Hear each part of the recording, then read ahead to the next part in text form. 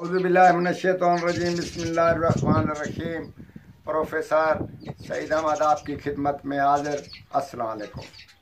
आज हम आपके लिए एक तोहफ़ा ख़ास कर बूढ़े आदमी के लिए तोहफ़ा पेश कर रहे हैं। ये मर्ज जो है बूढ़े आदमी को तो कहीं किसी बूढ़े आदमी को होती है, वरना ये जवानी से ये मर्ज शुरू होती है। हाथ कांपना, निशाना सही ना लगना, किसी चीज़ में नुकसान, हाथों से नुकसान हो जाना, झटके लगना, उसको बोलते हैं रेशे वाली बीमारी।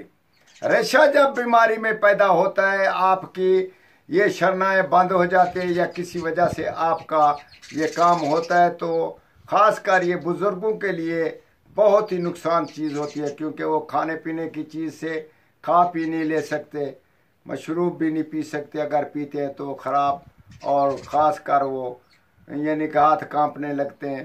तो इसी तरीके से ये भी मर्ज बहुत ही ख़तरनाक मर्ज है, और ख़ास कर छोटे उम्र वाले आदमी उसको भी इस्तेमाल करें, वो भी इस्तेमाल करें। उससे ये फ़ायदा होगा कि आइंदा वो अगर उसके अंदर ये बीमारी पैदा हो रही है या जन्म ले रही है, तो इंशाअल्लाह ताला ये जो है ना, ये खाने से इंशाअल्लाह ताला ये मर्ज से बिल्कुल मुकम्मल निजात ले सकते हैं।